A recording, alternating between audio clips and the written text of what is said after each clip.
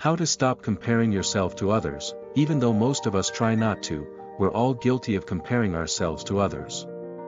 We can make comparisons like, I wish I dressed like so-and-so, or, I wish I were as rich as them. This is often unconscious, but it's important to try to train ourselves to stop. While it may motivate us to better ourselves, constantly comparing ourselves to others can lead to negative thoughts. Hello and welcome to Steel Mentality, where future billionaires come to get inspired.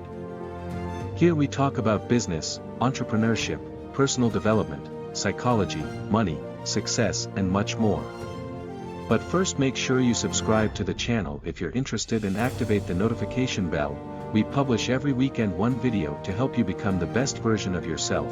Why do I compare myself to others? Human beings are social creatures, and comparison is common throughout our entire history. Social media platforms like Twitter, Instagram, and Facebook bombard us with posts about what we lack. These apps are comparison traps that encourage us to question aspects of our own lives. It's easy to forget that social media is a highlight reel of other people's lives. We see their best moments, but don't usually witness their struggles. We often compare our lesser qualities with a person's best qualities, skewing our judgment. How does comparison affect my life? Too much comparison leads to unhappiness and low self-esteem. We become frustrated with ourselves for not being good enough, or angry with others. Some real-life examples of comparisons are, you see another woman walk down the street and think, I wish I were as pretty as her.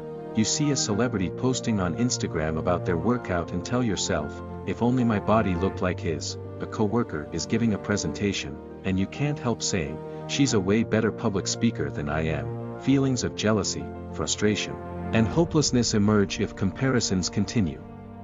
If left unaddressed, chronic anxiety and depression can stem from such behavior.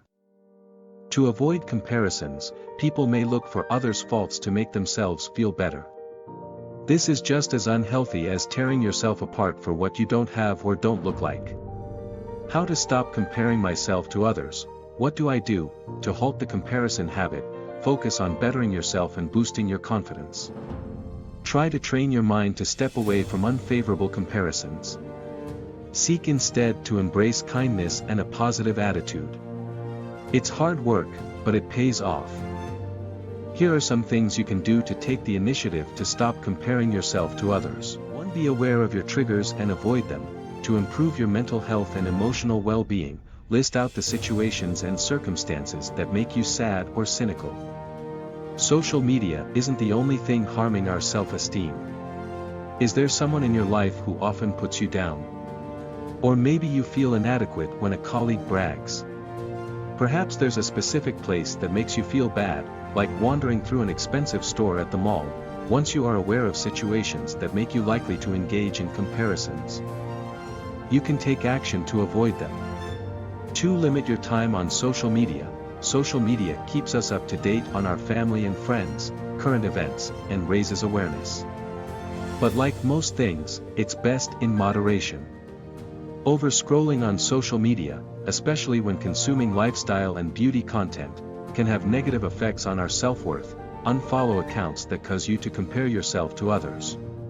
Turn off your phone after a certain time of day and don't respond to every message or comment you receive. Ask yourself if you could spend your time on social media more constructively instead. Could you read a book? Go for a walk? Call a friend? 3. Avoid comparing other people's outsides to your own insides. No one truly knows what's happening behind the scenes in someone else's life. Everyone is facing their own struggles. Remind yourself that money doesn't buy happiness. There is a relationship between mental health and money.